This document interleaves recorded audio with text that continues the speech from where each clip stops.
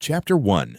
The Zero Mana Student. The hallowed halls of the Eldoria Magic Academy, usually buzzing with the vibrant hum of mana and the enthusiastic chants of aspiring mages, held a discordant silence around one figure. Ren.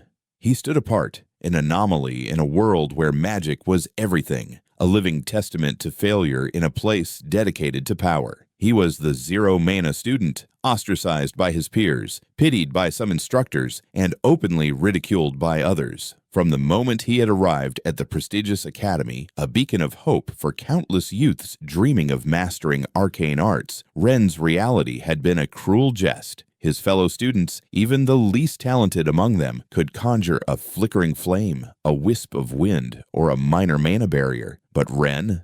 Every spell fizzled, every incantation failed. His mana core, supposedly the wellspring of all magical energy within a being, felt like a hollow, empty void. He possessed no elemental affinity, no connection to the pervasive ether that flowed through the world. He was a gaping hole in a tapestry of magic. He remembered his first practical lesson, the sheer, crushing humiliation. While others proudly displayed their tiny sparks, their minuscule gusts of wind, Ren stood there, his hand outstretched, willing, pleading, begging for even the faintest flicker. Nothing.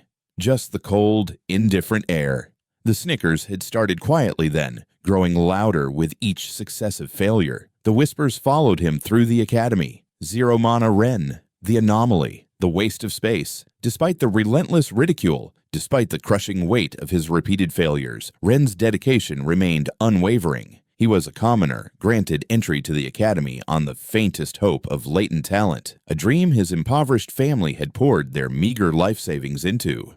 He had to succeed. He spent endless hours in the library poring over ancient mana theories and forgotten incantations, hoping to find some hidden truth, some secret pathway to the power that eluded him. He practiced meditation for hours in secluded courtyards, attempting to sense the ambient mani, to draw it into his non-existent core until his head throbbed and his body ached with futile effort. He trained his body relentlessly, pushing his physical limits, as if sheer grit could compensate for his magical deficiency. His instructors, initially sympathetic, had grown weary. Master Arian, the stern but fair head of the elemental magic department, had watched Ren's unwavering yet fruitless efforts with a growing sadness. Ren, he had said, his voice softer than usual, true dedication is commendable, but magic, it is a gift. And some gifts are not meant for all. The words, meant to be kind, felt like a death knell.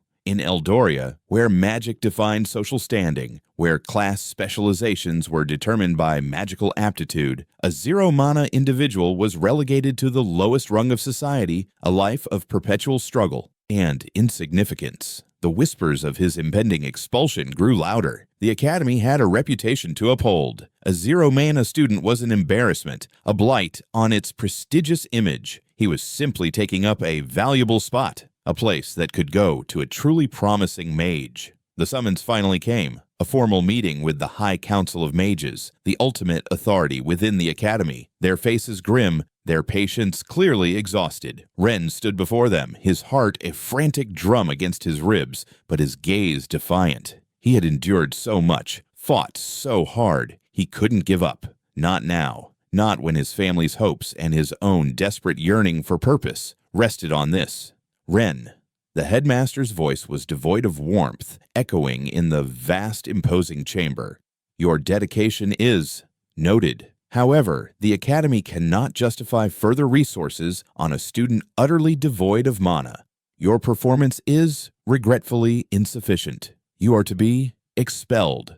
The word hung in the air, a hammer blow striking his very soul. Expulsion wasn't just a removal from the academy. It was a condemnation. A permanent label that would follow him for the rest of his life. A desperate plea tore from his throat, raw and unbidden. Please, one more chance, just one last chance. I know there's something. I feel it. I just haven't found it yet. He knew it sounded pathetic, the desperate cry of a deluded boy, but a strange, almost feverish conviction burned within him. He felt that he was meant for magic, that there was a reason for his unwavering dedication, despite all evidence to the contrary. His desperate plea was met with scorn. Archmage Valeria, a powerful fire mage known for her strict adherence to magical orthodoxy, scoffed. Feelings.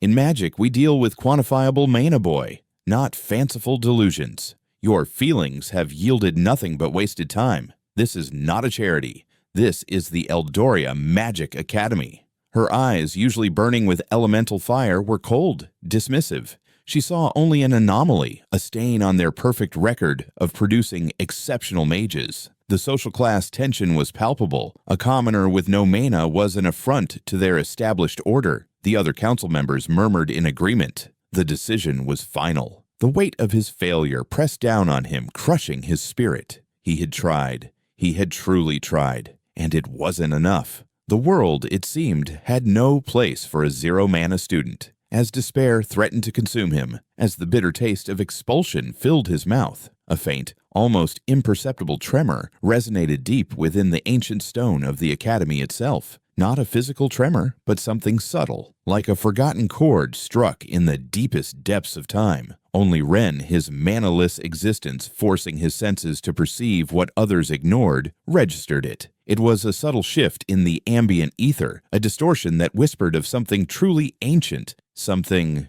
profound. And then, a voice, ancient and resonant, echoed, not in the room, but directly within Ren's mind. It was a voice that vibrated with the wisdom of eons, a voice that carried the weight of forgotten truths. It was a voice that whispered secrets, not with words, but with pure telepathic data.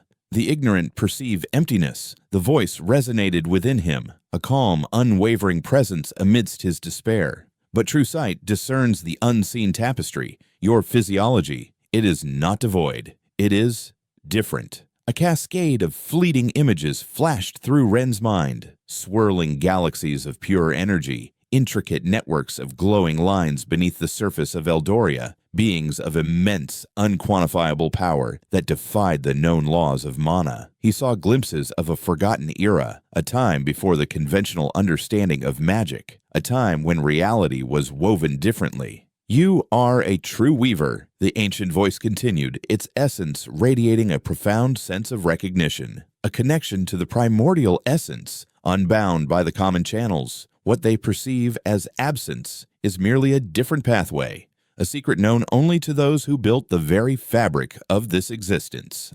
Ren gasped, a silent internal revelation that shook him to his core. His zero-mana status wasn't a curse. It was a unique physiology, a hidden truth that made him fundamentally different from every other mage in Eldoria. He wasn't lacking mana, he was simply incapable of channeling it through the conventional mana core and arcane circuits that defined every other practitioner. He operated on a different system entirely, a secret known only to an ancient forgotten being, perhaps even the remnants of the very entities who had established Eldoria's fundamental laws. The scornful faces of the council members, the triumphant smirk of Archmage Valeria seemed to blur before him. They saw a failure, but he had just received a glimpse of a hidden truth, a secret pathway to power that transcended their limited understanding. He wasn't expelled, he was being redirected. His desperate plea had been answered, not by mortal men, but by a power far greater,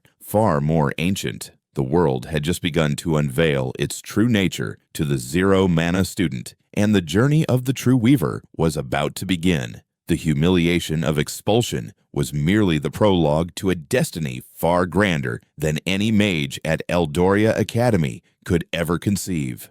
Chapter 2.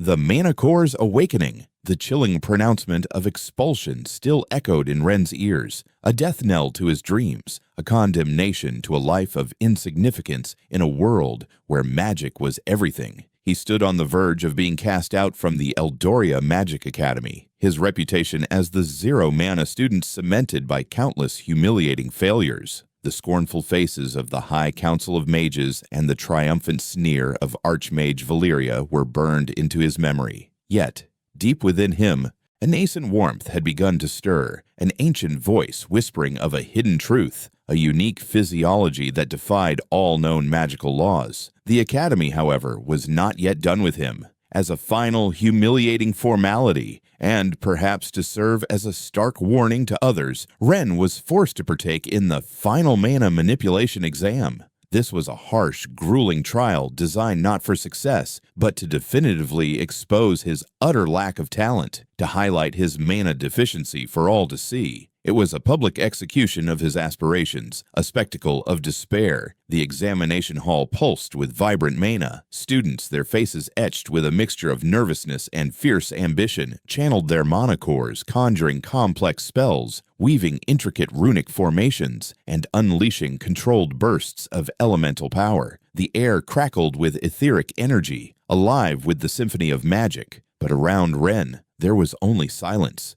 a cold, empty void. He stood before his designated mana conduit, a crystalline pillar designed to amplify and guide raw mana. He stretched out his hand, his expression a mask of desperate concentration. He willed the mana to flow, to respond, to awaken within him, just as he had countless times before. But as always, nothing happened. The conduit remained inert, cold, indifferent. The whispers began soft at first, then growing louder, filled with pity and disdain. "Look at him, still trying. It's truly pathetic," a student sneered, their voice laced with arrogant superiority, demonstrating a flawless fireball that roared to life in their palm.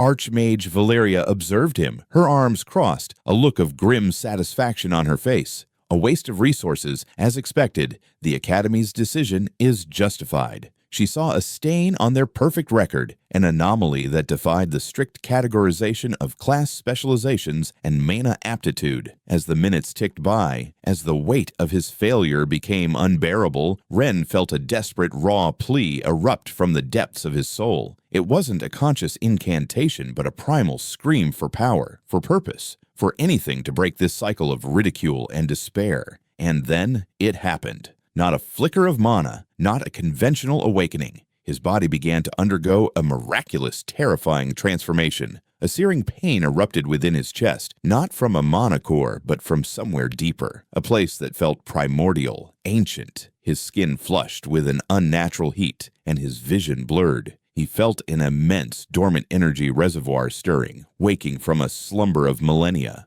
This was the empty core, a concept utterly unknown to Eldoria's mages, a unique physiology that housed not mana, but something far more fundamental, something that defied the very definition of magical energy in this world. The air around him, once static, began to ripple, not with mana, but with the very essence of failure. The fizzling spells of nervous students, the subtle distortions from their imperfect incantations, the stray, uncontrolled mana bursts that scattered around the hall. All these seemingly insignificant magical failures and distortions began to gravitate towards Ren. He felt them drawn to him like iron filings to a magnet, pulled into the awakening vortex within his chest. The empty core didn't absorb mana like a conventional mana core. It consumed magical failures and distortions, devouring them, assimilating their chaotic energy, and in doing so, turning weakness into its own unique strength. He was a vacuum,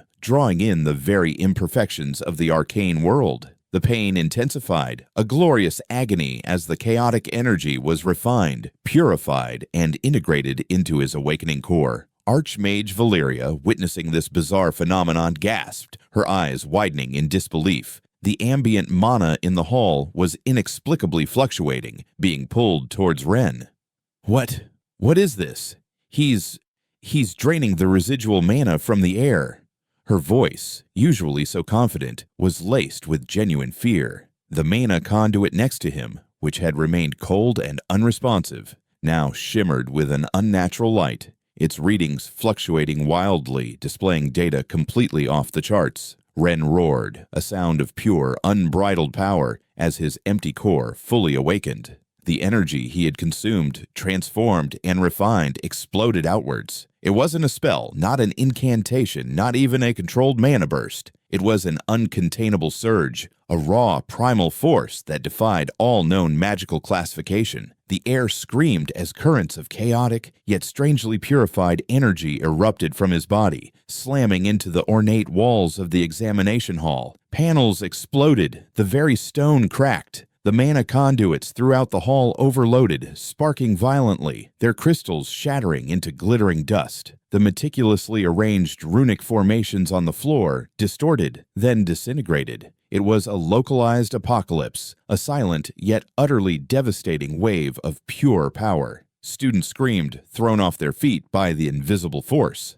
Master Borin and Archmage Valeria, powerful mages in their own right, were forced to erect desperate mana barriers to protect themselves, their faces pale with terror. They had never witnessed such raw, uncontrollable power, a destructive force that didn't stem from any known elemental affinity or arcane discipline. It was anathema, a defiance of their very understanding of magic. Ren stood in the eye of the storm he had unleashed, his body radiating with an unstable yet undeniable power. His eyes, usually dull with despair, now blazed with a fierce, untamed light, a mixture of exhilaration and terror. He had done it. He had awakened. But this wasn't the gentle awakening of a mana core. This was the birth of a cataclysm, a power that threatened to consume everything, including himself. The surge eventually subsided, leaving behind a ruined hall, stunned, silence, and a deep, unsettling fear in the hearts of everyone present. Ren looked at his hands, seeing not the familiar mundane flesh, but the faint, shimmering outlines of the raw energy that still pulsed beneath his skin. He was a living conduit, a vacuum that drew in the very imperfections of the magical world and transformed them into explosive power. Archmage Valeria, her mana barrier still flickering, slowly lowered her guard, her gaze fixed on Ren, not with scorn, but with an intense,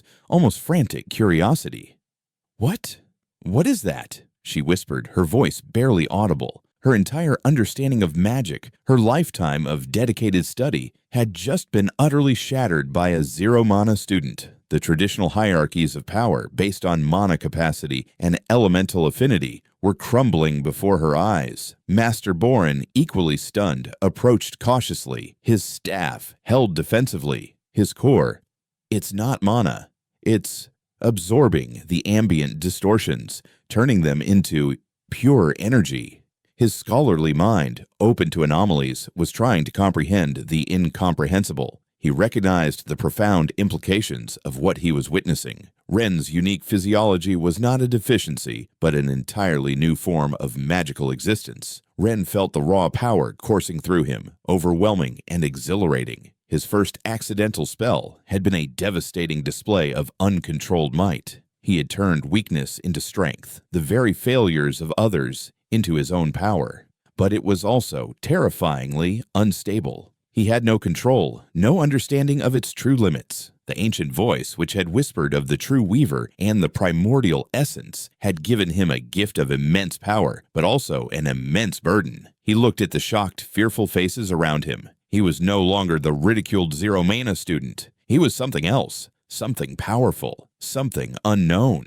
The world of Eldoria, bound by its conventional understanding of mana, had just been given its first glimpse of a power that defied all its rules. The path of the true weaver, the one who would bend reality itself, had just begun with a destructive, shocking surge, and everyone, friend and foe alike, was utterly stunned. The fate of Eldoria, once reliant on mana, was now inexplicably tied to the boy who had none, and yet possessed everything. Chapter 3. An Ancient's Guidance. The dust from Ren's accidental yet devastating mana surge had settled, leaving the examination hall a ruin and the Eldoria Magic Academy's faculty in stunned silence. He was no longer the zero-mana student, but an enigma, a living paradox who had shattered every known magical law. The very air around him, once a symbol of his deficiency, now shimmered with an unstable, yet undeniably potent energy that defied all categorization.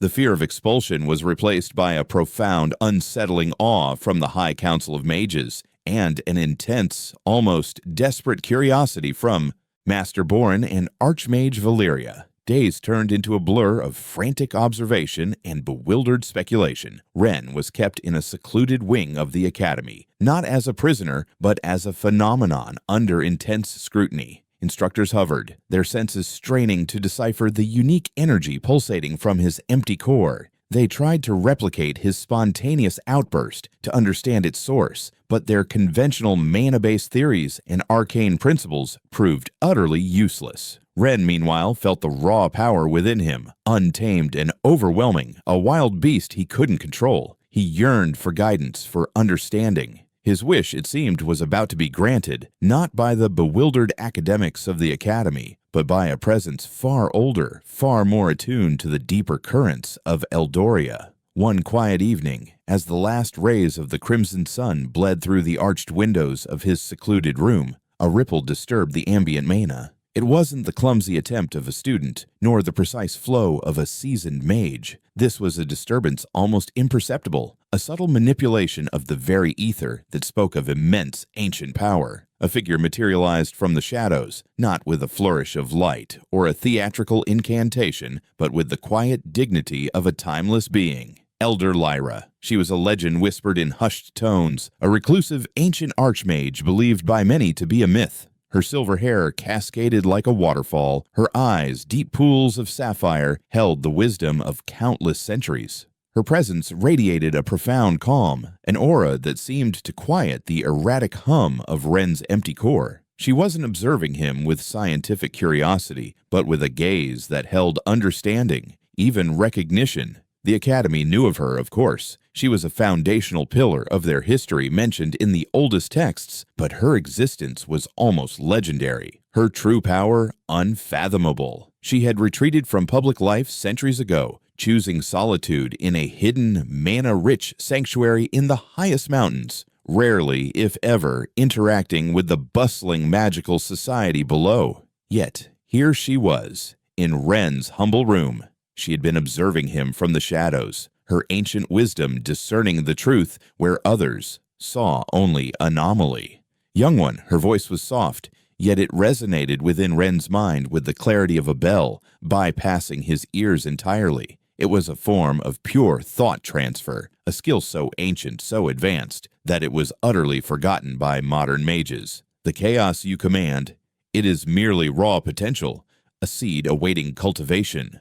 Ren stared, awe and a flicker of desperate hope battling within him.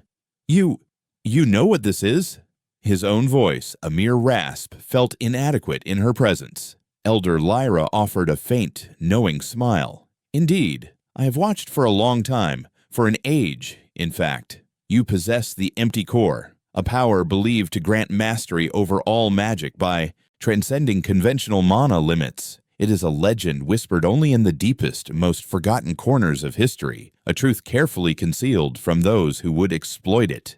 The legend of the empty core." Ren's mind reeled. It wasn't a deficiency. It was a destiny, a primordial energy reservoir, dormant since the very inception of Eldoria's mana system, now awakened within him. It explained everything: his inability to absorb conventional mana, his capacity to consume and transform magical failures, his destructive, uncontainable surge. He was not a mage in the traditional sense. He was something far older, far more fundamental. Elder Lyra sat graceful as a wisp of smoke on a nearby chair, its very molecules seeming to yield to her presence. The Eldorian mana system, as your academy understands it, is but one branch of the universal etheric flow.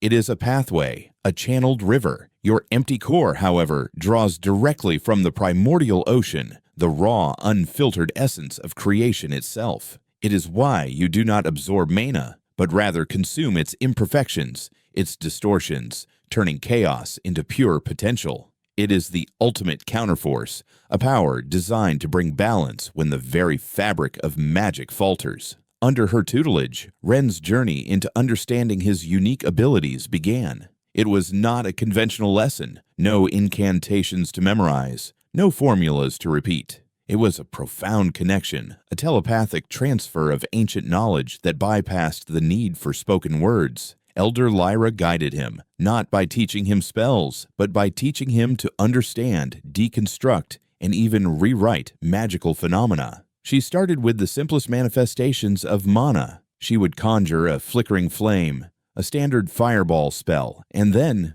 through their shared mental link, she would guide Ren's consciousness to perceive its inner workings. He saw its runic structure, the etheric pathways that channeled the energy, the precise mana signature that defined its very existence. Then, she would instruct him to deconstruct it. Ren would focus, his empty core thrumming, instinctively drawing in the spell's subtle distortions, its minute imperfections. He would feel the complex spell unraveling under his mental touch, breaking down into its raw mana components, returning to its primordial state. It was like watching a perfectly constructed machine dissolve into its individual gears and springs. The flame would flicker, distort, and then simply vanish, leaving no trace. This wasn't merely dissipating a spell, it was taking it apart, understanding its every component. Every spell, every magical effect, is a constructed reality. Elder Lyra's voice echoed in his mind. To master the empty core is to master the underlying structure of that reality. You are not a caster, but a weaver of realities. Next, she taught him to rewrite magical phenomena. She would conjure a simple mana shield, a shimmering barrier of protective energy. Then, she would challenge him to alter it. Ren, through intense mental focus and the unique properties of his empty core, would extend his will. He would perceive the shield's defensive parameters, its energy absorption rate, its structural integrity, all as lines of discernible energy. He would then, with painstaking mental effort, subtly change those parameters. He could make the shield permeable to a specific type of elemental energy, or make it opaque, or even alter its very shape mid-casting, all without uttering a single word or performing any known hand sign. The shield would warp and reform, bending to his subtle will, a testament to his unparalleled control. This was a profound evolution of his power. He wasn't just consuming failures, he was actively manipulating the very laws of magic around him.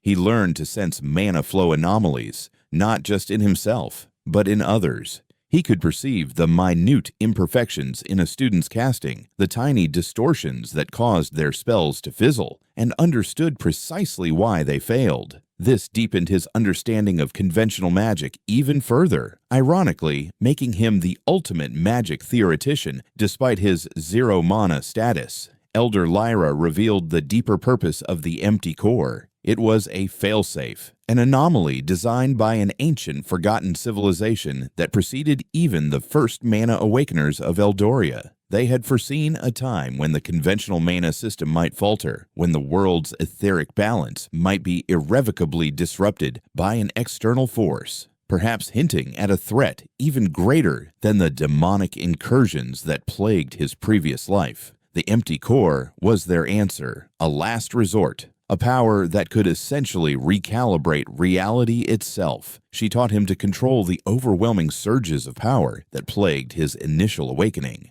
By channeling the consumed magical distortions through specific internal pathways he unconsciously possessed, pathways that mimicked complex arcane filters but operated on a fundamental etheric level, he learned to stabilize the energy. The destructive outbursts lessened, replaced by a controlled, concentrated power that he could now direct with frightening precision. The process was grueling, mentally exhausting. Ren would emerge from his sessions with Elder Lyra, his mind throbbing, yet imbued with a clarity he had never known. The world, once a mystery, now revealed its intricate magical mechanics to him like an open book. He saw the mana ley lines pulsating beneath the academy, perceived the elemental signatures of every living thing, understood the precise etheric resonance of every spell cast around him. He was becoming omnipresent in his understanding of magic, a living database of arcane knowledge. Elder Lyra's tutelage extended beyond raw power. She instilled in him a profound sense of responsibility, a deeper understanding of the delicate balance of magic and the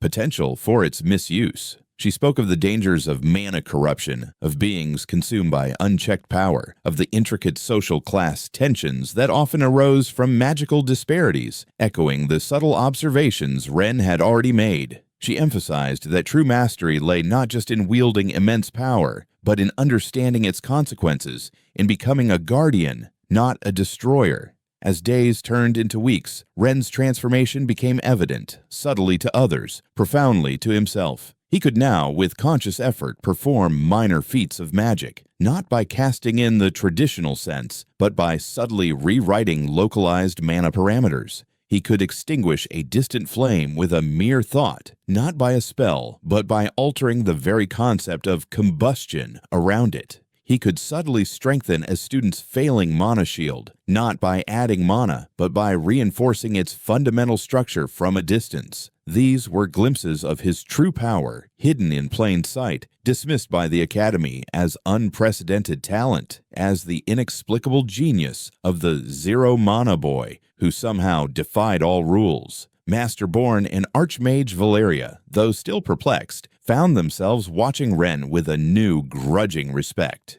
He wasn't just talented, he was a phenomenon that challenged their very understanding of Eldoria's magical system. They saw him manipulating Mani without a mana core, achieving feats that defied their most advanced theories. They were unknowingly witnessing the first nascent steps of a true weaver, a being who could bend the fabric of reality itself. Ren's internal monologue shifted from frustration to a quiet, strategic purpose. I am not a mage. I am something more, and with this power I will not only defend Eldoria, I will reshape it. I will guide this world away from the apocalypse that consumed my past. I am the empty core, and I will fill this world with a magic it never thought possible. The ancient Archmage's guidance had unveiled his destiny. He was the exception to every rule, the master of a magic that transcended magic itself. The true journey of the Zero Mana student had just begun, a path that would lead him not to simply casting spells, but to rewriting reality. Chapter 4. Unconventional Training begins. The ruined examination hall was a stark reminder of the tumultuous awakening of Ren's empty core. He was no longer the ridiculed zero-mana student, but a being of unknown potential, a paradox that baffled the entire Eldoria Magic Academy. Yet, the chaotic power within him remained largely untamed, a wild storm awaiting a master. That master arrived in the form of Elder Lyra, an ancient, reclusive archmage whose sapphire eyes held the wisdom of forgotten ages. Her appearance marked the true beginning of Ren's journey, a path that would redefine not only his destiny, but the very nature of magic itself. Lyra's tutelage was unlike anything taught within the rigid, formalized curriculum of the Academy. There were no dusty spellbooks, no rote incantations, no repetitive drills designed to build conventional mana cores. Instead, her training methods were utterly unorthodox, designed to bypass the traditional understanding of magic and awaken Ren's unique physiology to its full potential. Her secluded sanctuary, hidden deep within the highest mana-rich mountains, became Ren's new classroom, a place where the pervasive ether hummed with raw, untamed energy. She began by teaching him to perceive magic as raw energy, stripped of its societal constructs and theoretical frameworks.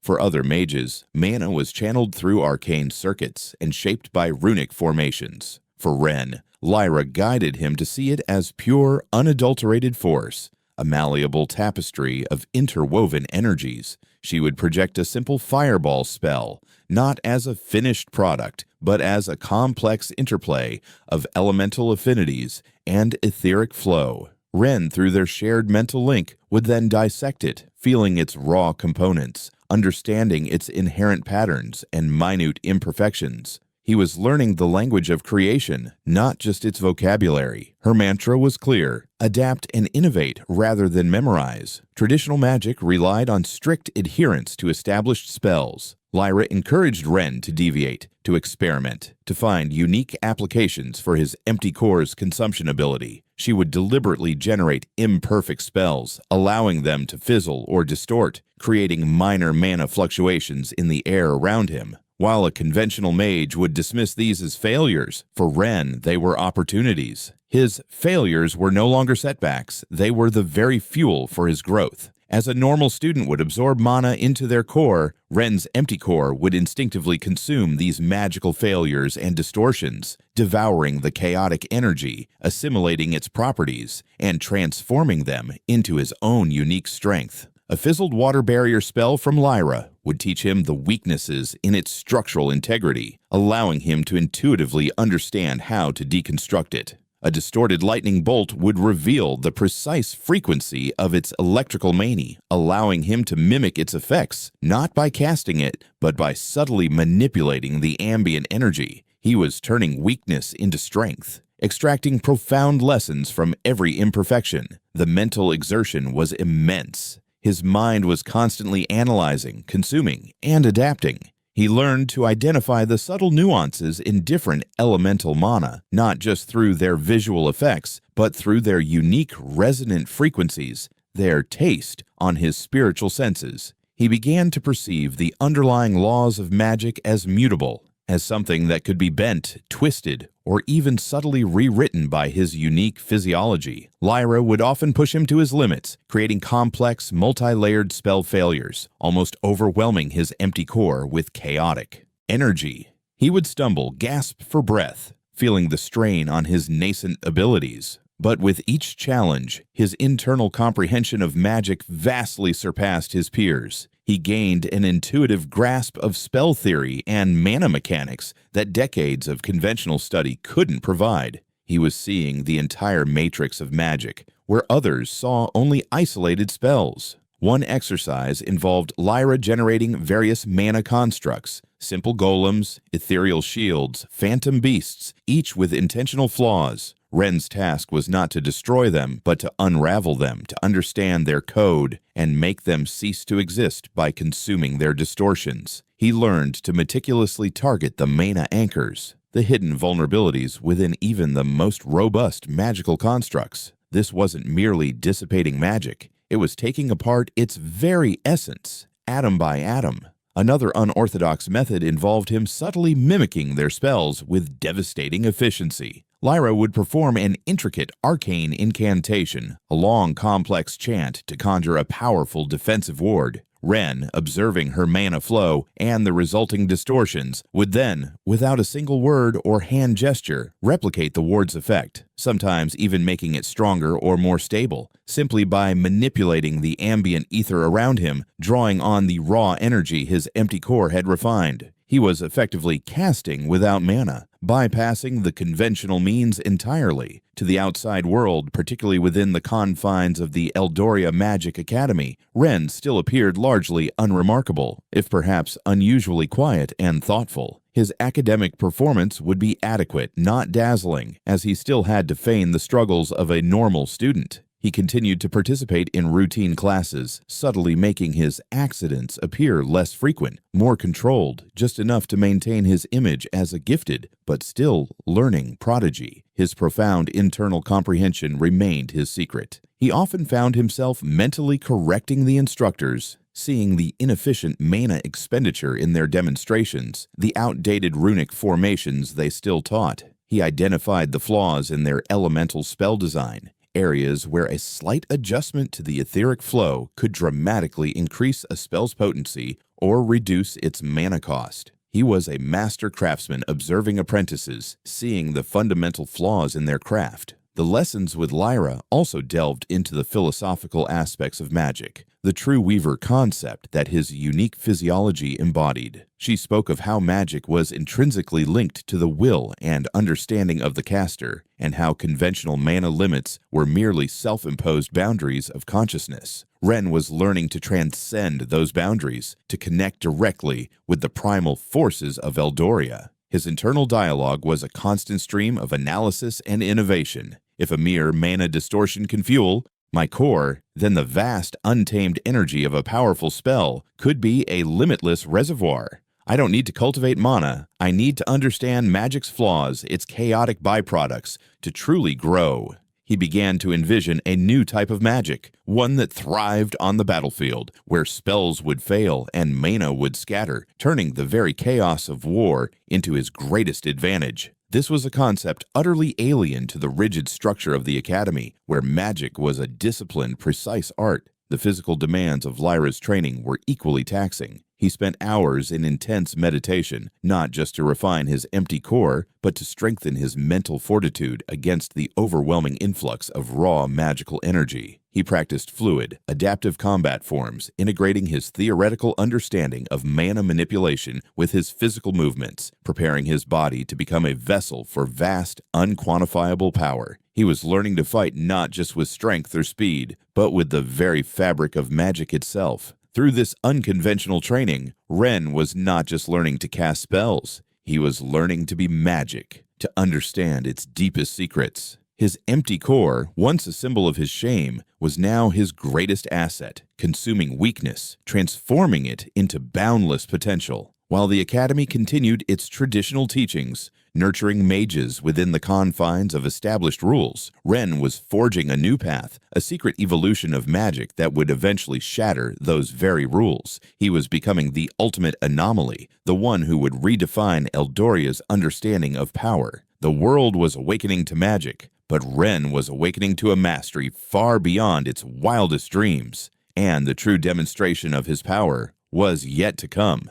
Chapter 5. The First Glimmer of Genius. The whispers about the zero-mana student had slowly faded, replaced by grudging murmurs of unconventional talent and unexplained potential thanks to Elder Lyra's subtle guidance. Ren's days were now a meticulous dance between the Ether Academy's rigid curriculum and Lyra's unorthodox tutelage in the serene mountain sanctuary. He learned to perceive magic not as spells, but as raw, malleable energy, the very fabric of existence he could now understand, deconstruct, and even subtly rewrite. His empty core, once a symbol of his deficiency, was steadily becoming a reservoir of unique power, fueled by the very imperfections of the arcane world. The Academy buzzed with an electric excitement that transcended even the recent demonic incursion. It was time for the annual Inter-Academy Magic Tournament, a grand spectacle of burgeoning arcane prowess. Nobles and commoners alike gathered, their mana cores thrumming with anticipation. This was a chance for students to prove their worth, for powerful noble houses to showcase their gifted scions, and for the Academy itself to reaffirm its prestige in the nascent magical society of Eldoria. Ren, however, was not slated to compete. He was still, to most, an enigma, a curiosity. His accidental displays of advanced techniques, while astonishing, were often dismissed as flukes or natural intuition. He remained largely underestimated, seen as a promising talent, perhaps, but not a contender for the tournament's glory. His place was among the spectators, observing, learning. Fate, however, had other plans. A sudden, unexpected wave of mana exhaustion swept through one of the Academy's top teams, crippling their strongest combat mage just hours before a crucial duel. Whispers circulated. Some suspected foul play, perhaps a subtle mana drain spell from a rival academy, but no proof emerged. Panic set in. The team faced immediate forfeiture, a humiliating blow to the Academy's reputation. In the midst of the chaos, a desperate instructor, remembering Ren's inexplicable performance during the first demonic incursion, turned to him. "Ren, your unique abilities. Can you act as a substitute, just to fill the slot?"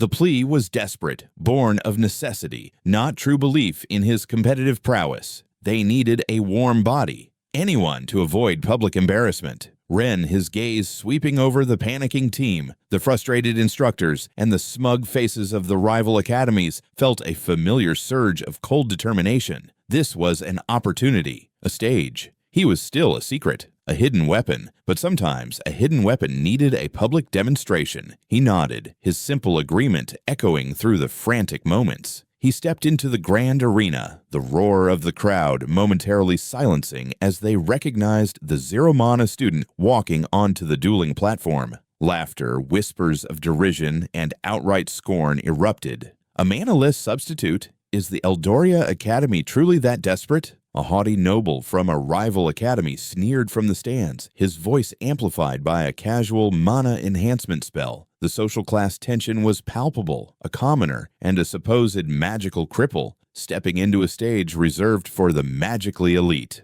Ren ignored them. His gaze was fixed on his opponent, a powerful, arrogant mage named Lysander, known for his devastating elemental fusion spells and his almost fanatical devotion to conventional mana theory. Lysander smirked, clearly relishing the easy victory. "Saving the Academy from forfeiture, are we, commoner?" "How quaint. I'll make this quick." His hand began to glow, gathering raw fire mana. The duel commenced with a flash of light. Lysander, confident in his superior mana reserves and established spell repertoire, immediately unleashed a firestorm, a torrent of scorching flames that filled the arena, designed to incinerate his opponent instantly. It was a spell that relied on massive mana expenditure and brute force, a hallmark of the powerful yet rigid magic taught in traditional academies. To the onlookers, Elian stood rooted, seemingly overwhelmed. Whispers of "I told you so" began to ripple through the crowd. But Ren wasn't panicking. He wasn't even casting a defensive spell in the traditional sense. His sapphire eyes, trained by Elder Lyra to perceive magic as raw energy, dissected the incoming firestorm. He saw its intricate mana pathways, its volatile elemental signature, its inherent imperfections. He saw the subtle mana distortions at its edges, the minute flaws that formed within any spell, no matter how powerful, particularly when cast with arrogance and brute force rather than refined control. He focused his empty core, drawing in those very distortions. It wasn't a defensive absorption, it was a subtle manipulation of its mana flow. He didn't try to stop the firestorm, but to redirect its internal energies, to twist its very purpose. It was like reaching into the heart of a raging fire and subtly changing the direction of its oxygen supply. His manaless body thrummed with raw, unfiltered ether as he wrestled with the spell's very structure. Lysander's confident smirk faltered. He felt a strange, inexplicable resistance within his own spell. The firestorm, instead of continuing its destructive path, began to waver. Its flames flickered erratically, their heat strangely dissipating. A wave of confusion washed over the audience. Then, with a sickening whoosh and a brilliant flash of uncontrolled mana, Lysander's firestorm inexplicably backfired. The concentrated flames, instead of engulfing Ren, violently reversed direction, slamming back into Lysander himself. He shrieked, a cry of pain and utter disbelief, as his own powerful magic erupted around him. His protective mana shield, hastily erected, shimmered and cracked under the unexpected self-assault, sending him flying backward, landing in a crumpled, singed heap on the arena floor. A stunned silence descended upon the grand arena. Not a gasp, not a shout, just absolute bewildered silence. Then a collective murmur, growing into a roar of confusion and astonishment. The impossible had just happened. The zero-mana substitute had just defeated a renowned prodigy. Not by overpowering him, but by making his own magic turn against him. The onlookers were bewildered. They had seen no spell, no incantation from Ren. Just a subtle movement, an imperceptible flicker in the air around him. The instructors from the Eldoria Academy, who had grudgingly allowed Ren to substitute, now stared, their faces a mixture of triumph and profound bewilderment. Master Boren, who had been skeptical, now rubbed his beard, his eyes wide. He turned it. He didn't just defend, he rewrote its trajectory. His conventional mana theory offered no explanation for what he had just witnessed. Archmage Valeria, usually so dismissive, stared at Ren with a look of dawning terror and unwilling respect. "That wasn't mana absorption," she whispered, her voice strained. "That was control. Absolute, precise control over a spell's very foundation." Her rigid understanding of elemental properties and arcane principles had just been irrevocably shattered. This seemingly simple feat, this almost invisible manipulation, hinted at Ren's terrifying potential. It was the first public display of his truly unique magical talent, a glimpse of his ability to transcend the very rules that governed magic. He wasn't just a powerful mage, he was a living counterspell, a silent force capable of unraveling the fabric of magic itself. He looked at the still-stunned Lysander, then swept his gaze across the bewildered crowd. He had made his statement. He had shown them that power wasn't just about how much mana you possessed, but how deeply you understood its essence. The whispers of his zero-mana status would now be replaced by hushed theories of his mana nullification or his arcane inversion abilities. His actions, while astonishing to the masses, had a profound effect on two key individuals. Seraphina, the gifted but arrogant noble, watched with a mixture of dawning horror and unwilling fascination. Her own pure etheric bloodline and innate talent had always placed her at the pinnacle of magical society.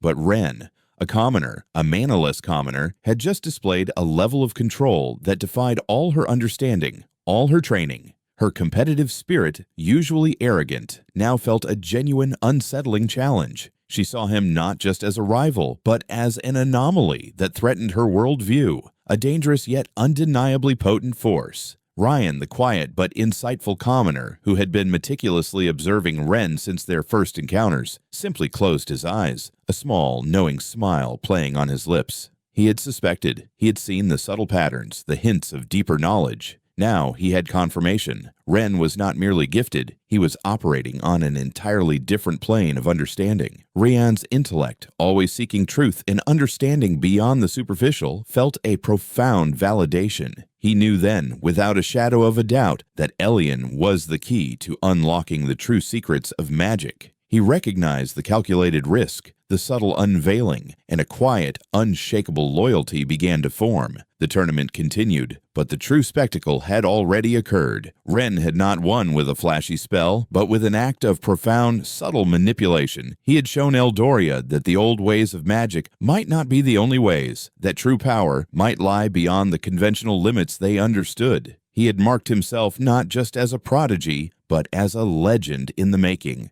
The ripple effects of this seemingly simple feat would spread far beyond the arena, touching the lives of allies, alarming powerful enemies, and forever altering the course of magic in Ethel. The true weaver had just made his first public stitch in the fabric of destiny, and the world, unknowingly, had just witnessed the first glimmer of a genius who would redefine magic itself. Chapter 6.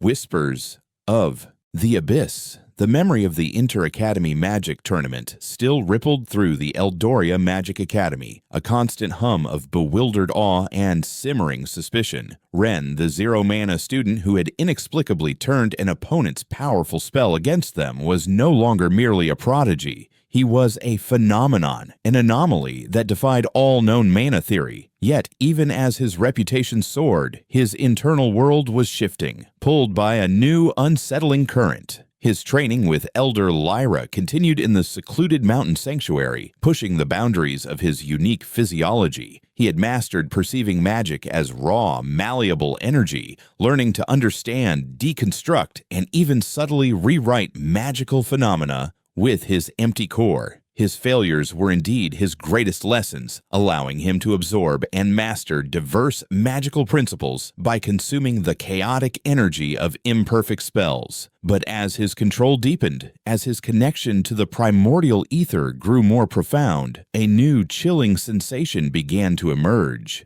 It started subtly, at first, a faint, almost imperceptible dissonance in the ambient mana of the world, like a discordant note in an otherwise harmonious symphony. Then it grew stronger, evolving into a pervasive sense of dread, a chilling cold that clung to his spiritual senses. It was a feeling he recognized from the deepest, most terrifying corners of Kale's memories, the oppressive presence of demonic energy. But this time, it was different. It wasn't the brute force of a lesser imp or the malice of a gorehound. This was something more subtle, more ancient, a corrosive whisper against the very fabric of reality. He began to sense strange, discordant magical energies emanating from hidden corners of Eldoria, from beneath ancient ruins, from the depths of forgotten forests, from places where the mana ley lines twisted into unnatural knots. These weren't just residual spells or environmental anomalies. These were whispers from the abyss, a forbidden dimension, the source of the demonic incursions that had ravaged his previous world.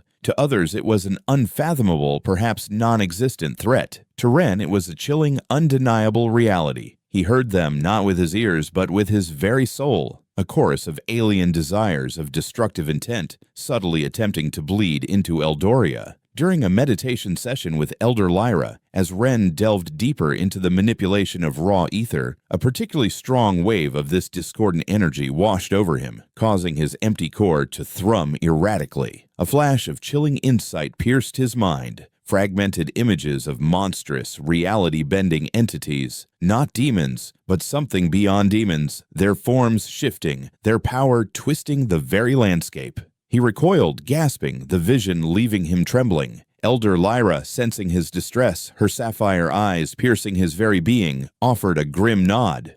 You feel it then. The true cost of your power. The empty core is a connection to the primordial magical chaos. It allows you to consume and control distortions, yes.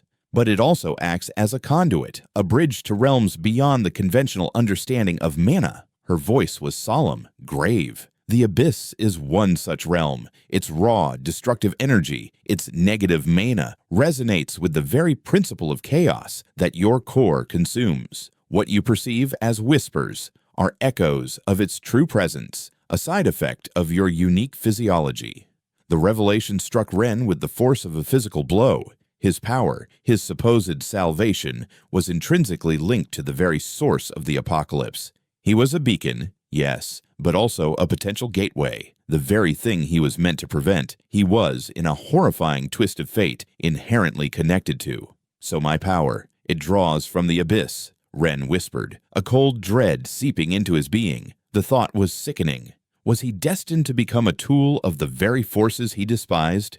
No, Lyra calmly corrected him, her voice unwavering. Your core consumes the distortions of magic, the chaotic byproducts. The abyss is pure, destructive chaos. It is a source of vast, untamed power, but it is also a poison. Your core can process this poison, yes. It can turn weakness into strength, but the connection, it remains. It is why the ancient texts warned against the void-touched weavers, those empty core users who lost their way, consumed by the very chaos they sought to control. Then, Elder Lyra revealed a terrifying truth, a secret history hidden even from the most advanced scholars of the Academy. Some catastrophic historical magical events that your Academy records as mere failures or unexplained disasters. They were not simply accidents of mana. They were uncontrolled manifestations of empty core users. She explained how, throughout Eldoria's forgotten past, there had been other individuals, perhaps very few,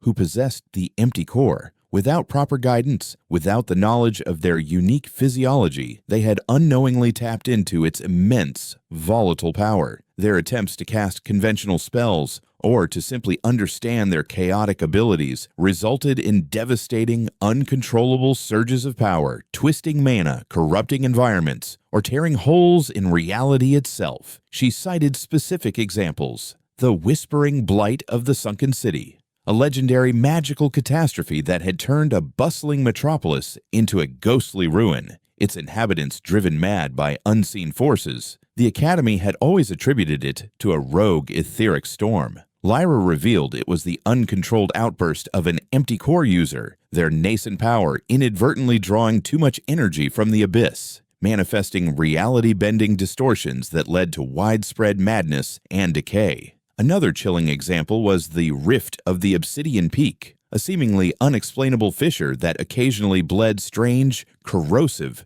energies into the world. The Academy simply marked it as a dangerous mana anomaly. Lyra revealed it was a localized dimensional tear inadvertently created by an empty core user who had attempted a complex teleportation spell without understanding the true primal nature of their energy reservoir, briefly connecting Eldoria to the abyss. This information was a heavy burden hinting at a darker side to his power. His unique physiology, the source of his strength, was also a potential catalyst for disaster. His very existence, if uncontrolled, could inadvertently usher in the very apocalypse he sought to prevent. The line between savior and destroyer, already thin, felt terrifyingly blurred. This is why control is paramount, Ren, Elder Lyra emphasized, her gaze unwavering. You do not simply learn spells. You learn to control the chaos, to master the fabric of reality itself so that it does not master you. The whispers, they are seductive. They promise ultimate power, absolute dominion, but they offer it through destruction, through the unraveling of all order. She spoke of the void-touched weavers, those who succumbed to the allure of the abyss, becoming corrupted versions of their former selves, using their power for devastation. The understanding settled deep within Ren's soul. His fight was not just against external demons. It was an internal battle against the very essence of chaos, a constant vigilance against the darker impulses that his unique power inherently connected him to. He had to be careful, meticulous, not just in his spellcasting, but in the very shaping of his will. He began to consciously train against the abyss's influence. Under Lyra's guidance, he performed meditations specifically designed to shield his mind from the insidious whispers, to reinforce the integrity of his consciousness against psychic corruption. He learned to distinguish between the tempting allure of raw, destructive power and the pure, refined energy he drew from harmless, magical distortions. It was a spiritual discipline, as rigorous as any physical training. His abilities continued to grow, but now with a profound sense of caution. He refined his capacity to deconstruct spells, using it not just for practice, but as a defense against unexpected mana fluctuations. He experimented with rewriting magical phenomena, not just to create, but to stabilize, to purify, to counteract ambient chaotic energy. He was becoming a living mana filter, a force for order in a world prone to magical entropy. The knowledge of the empty core's past catastrophic manifestations fueled his determination. He would not become another tragic legend, another unwitting destroyer. He would break the cycle. He would ensure that his power, born from chaos, would ultimately serve to bring order and salvation. Outside the sanctuary, the Ether Academy continued its usual routines, oblivious to the profound shifts occurring within its most unusual student. They saw a prodigious talent, a quiet genius. They did not see the internal war being waged, the soul battling against the whispers of the abyss, the ultimate price of a power that transcended conventional mana limits. Ren walked a unique and perilous path. The weight of forgotten history and the chilling potential of his own abilities resting heavily on his young shoulders. The true weaver was learning the true nature of the tapestry he commanded, and the abyss stared back, waiting to see if he would succumb. But Ren, the zero-mana student with the power to rewrite magic, was ready to fight for his soul, and for the soul of Eldoria itself. Chapter 7. The Academy's Hidden Threat. The quiet hum of the Ether Academy, once a soothing presence, now felt heavy, discordant to Ren. His training with Elder Lyra had unveiled the chilling truth of his empty core's unique connection to the abyss, a forbidden dimension whispering destructive energies into Eldoria. He had learned to perceive the subtle flow of negative mana, the corrosive essence of chaos. This heightened sensitivity, however, now brought with it an unsettling awareness of a new, insidious threat festering within the very heart of the institution. It began subtly, with minor disruptions. A student's fireball spell would inexplicably fizzle midair, leaving behind a faint, acrid smell, unlike typical magical failures. A healing spell cast by a senior mage would inexplicably drain the target's vitality instead of restoring it. These weren't isolated incidents. They were a series of bizarre magical anomalies growing in frequency and severity, plaguing the academy. The very mana that flowed through the grand halls, that pulsed within the students' mana cores, seemed to be subtly drained, leaving practitioners feeling inexplicably fatigued, their spells weaker, their spirits dulled. Even the powerful mana wards protecting the academy's perimeter would occasionally flicker, their intricate runic formations briefly distorting before stabilizing. The Academy's instructors, including Master Boren and Archmage Valeria, were baffled. They attributed the anomalies to undiscovered mana fluctuations, perhaps a localized instability in the ley lines beneath the Academy, or a new, inexplicable magical disease spreading among the students. They diligently sought solutions using conventional mana theory, but their efforts were futile. The anomalies defied their understanding, leaving them frustrated and increasingly concerned. The academic atmosphere, once vibrant, now crackled with an underlying tension, a creeping sense of unease. But Ren knew better. His empty core, uniquely attuned to the chaotic energy of the abyss, resonated with these anomalies. He didn't just see the distorted spells, he felt their underlying cause. He perceived the faint, almost imperceptible trails of negative mana clinging to each corrupted spell, each drained mana core. He recognized the insidious signature from Elder Lyra's teachings.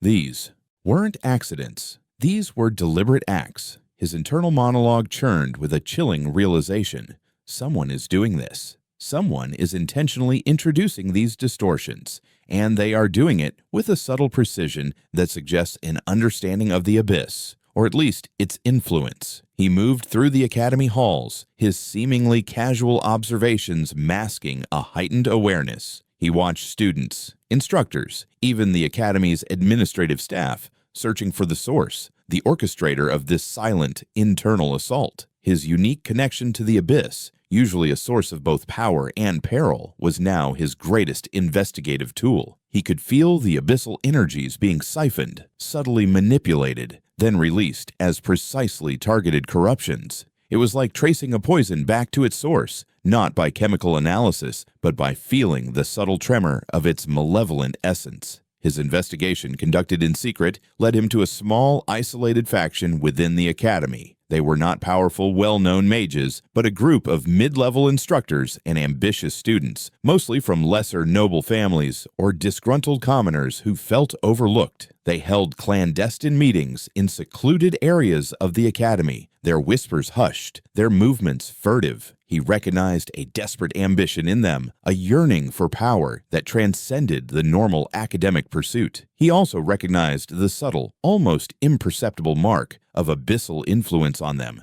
Not outright corruption, but a faint stain, a seductive whisper that clung to their mana, subtly twisting their perceptions and amplifying their desires. They were being manipulated, unknowingly serving as unwitting pawns for the very demonic forces that sought to consume Eldoria. They believed they were harnessing a new, untapped source of power, a shortcut to arcane mastery that bypassed the rigid limitations of conventional mana cultivation. They believed they were unlocking forbidden knowledge, transcending the boundaries of mortal magic. Their goal, Ren deduced, was to harness the abyss's chaotic power for their own nefarious purposes, to gain an advantage in the academy's internal politics, to elevate their social standing, to simply gain raw, unbridled magical strength. They were performing crude, ill-understood rituals of mana distortion, attempting to draw fragments of abyssal energy into Eldoria, not understanding the catastrophic consequences.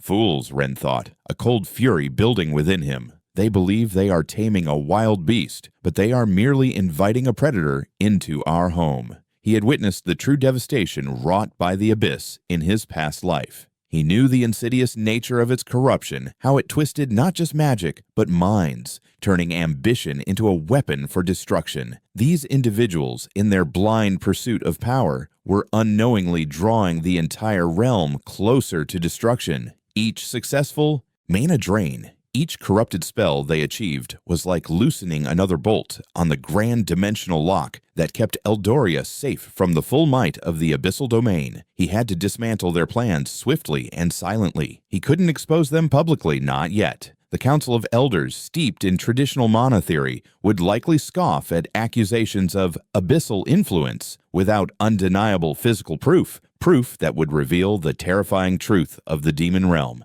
and perhaps his own unique connection to it. Such a revelation would cause widespread panic, chaos, and potentially play right into the abyss's ultimate goal, to sow discord and weaken humanity.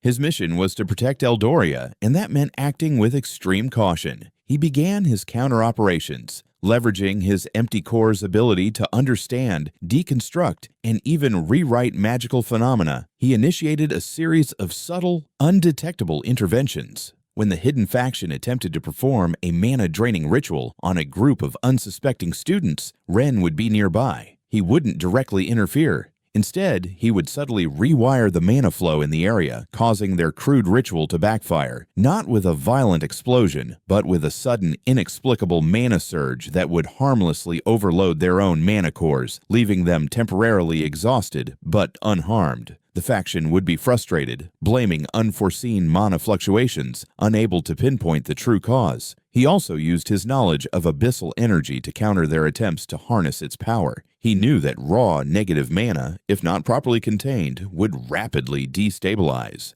When they tried to channel it into their spells, Ren would subtly introduce a counter-frequency, a harmonic vibration of pure ether that would cause the abyssal energy within their spells to destabilize prematurely, leading to messy, uncontrollable bursts that damaged their equipment or simply fizzled into harmless smoke. It made their experimental spells appear wildly unreliable, a sign of their incompetence, not a sign of outside interference. He carefully observed their meeting places, their communication methods. He noticed subtle patterns in their movements, recognizing them as precursors to the advanced shadow arts and espionage techniques that would be employed by abyssal cultists in his previous timeline. He wasn't just countering their current schemes, he was dismantling the very foundations of their future capabilities, preventing their dark evolution. His actions were so subtle, so interwoven with the natural flow of magic, that even the keen-eyed archmages of the Academy remained oblivious. They simply saw a gradual decrease in the mysterious anomalies, a slow return to normalcy, attributing it to their own ongoing research into mana fluctuations. Elian, the Silent Guardian, was successfully manipulating the chessboard from behind the scenes. The mental strain was immense. He was constantly battling against the pervasive influence of the Abyss, not just in the environment, but in the corrupted ambitions of the hidden faction. He felt the insidious whispers trying to corrupt his own will, to tempt him with the very power they sought. He was forced to constantly reinforce his own mental fortitude, drawing on the wisdom of Elder Lyra's teachings, ensuring his empty core remained a tool of balance, not a conduit for destruction. He understood the profound stakes. This wasn't just about stopping a small group of ambitious mages. This was about severing the Abyss's earliest tendrils in this timeline, preventing its full manifestation. Every thwarted ritual, every destabilized mana drain was a blow against the encroaching darkness that had consumed his past. The social class tensions and internal power struggles of the Academy, once a mere annoyance, now served as a convenient smokescreen for his hidden war. The conspiracy within the magical hierarchy was crumbling, its progress halted, its members frustrated and bewildered by their inexplicable failures. They blamed each other, their nascent alliance fracturing under the weight of unforeseen setbacks. Elian, the unassuming student, had successfully dismantled their plans, piece by subtle piece, without revealing the full extent of his foresight, without showing all his cards. The threat of the Abyss's shadow still loomed, a chilling presence in the background of Eldoria, but Ren had pushed it back, buying precious time. He had used his unique connection to the very source of chaos, not to succumb to it, but to harness it, to neutralize its destructive intent. He was the guardian of this new timeline, silently working to safeguard its future. The Academy, in its innocence, celebrated the return to normalcy, unaware that their true savior moved among them, a child with the power to rewrite destiny, constantly battling against the whispers of a forbidden dimension, ensuring that the entire realm would not be unwittingly drawn closer to destruction. His silent war continued, a desperate, meticulous fight for the very soul of Eldoria. Chapter 8. Confronting the Corrupted. The insidious chill of negative mana, once a subtle whisper, now vibrated with a malevolent presence, a constant pressure building within the Ether Academy. Ren had successfully dismantled the Cabal's minor schemes, subtly unraveling their attempts to harness the Abyss's chaotic power. But his senses, acutely tuned by Elder Lyra's guidance and his unique empty core, screamed a warning. The source of the corruption was deepening, its influence growing bolder. He knew the small faction was merely a symptom. A true orchestrator remained. His investigation, conducted in absolute secrecy, had led him down a path far darker than mere political ambition. The anomalies in the mana flow, the subtle distortions he alone could detect, all pointed to a singular, powerful nexus within the Academy's elite. It was time for a direct confrontation. He couldn't wait for the Abyss gates to fully open, for the Demon Lord's true forces to arrive. He had to sever the corruption at its root, here and now, before it consumed everything. He found them in a secluded, rarely used training chamber, deep within the Academy's older, more forgotten sections. The air itself crackled with a sickly green energy, a telltale sign of active abyssal manipulation. Several members of the hidden faction, their faces etched with a fanatical zeal, stood around a pulsating mana conduit, attempting a forbidden ritual. Their eyes glowed with a desperate hunger for power, a hunger Ren knew was being subtly inflamed by the vestige of chaos he had destroyed in his previous timeline. They were not evil by nature, perhaps, but deeply misguided, their ambitions twisted by an unseen influence. As Ren stepped into the chamber, the group turned, their expressions shifting from concentration to startled anger. "You! The zero-mana braggart," one of them sneered, a minor instructor named Valerius, his hand already glowing with nascent abyssal magic. "How did you find us?"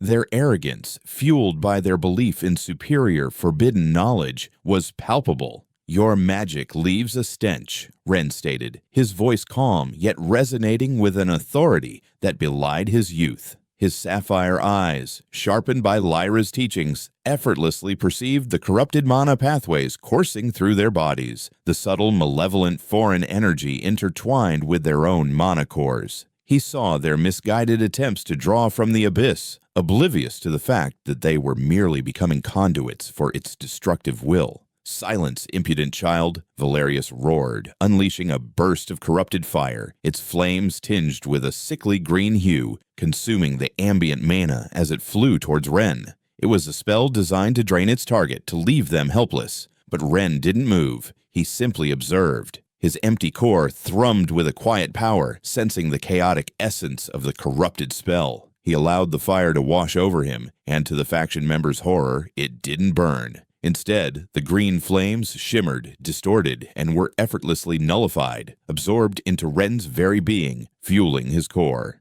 The corrosive negative mana was instantly purified, turned into pure, usable ether. Ren felt a surge of energy, a profound clarity that came from assimilating chaos. The faction members gasped, their eyes wide with disbelief. This defied every known principle of mana interaction. How could a manaless boy simply consume their magic? "That's impossible." "What trickery is this?" Another faction member shrieked, unleashing a volley of corrupted lightning, jagged bolts of crackling energy laced with abyssal malice. Ren simply raised a hand. He didn't cast a shield. He performed an act of arcane reversal, a technique born from his profound understanding of elemental properties and etheric flow. He subtly manipulated the mana signatures of their spells, twisting their internal pathways, turning their destructive force back on its wielders. The bolts of corrupted lightning, instead of striking Ren, violently arced backward, slamming into the mages who had conjured them.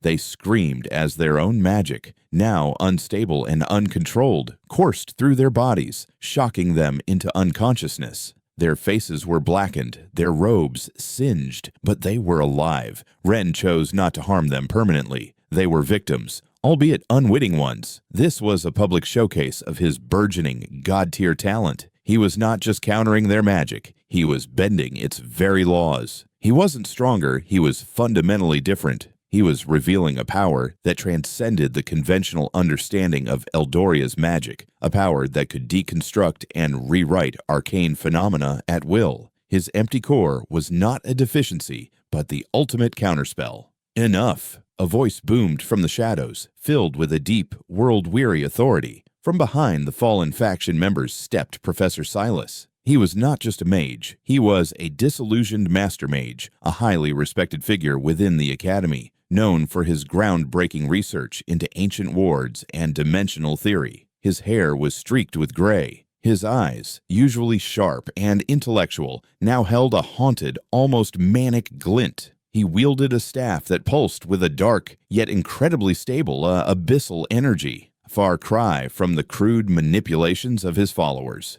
"Silas," Ren stated, recognizing the profound power emanating from the professor. He knew Silas wasn't just a pawn. He was a true believer, and a dangerous one.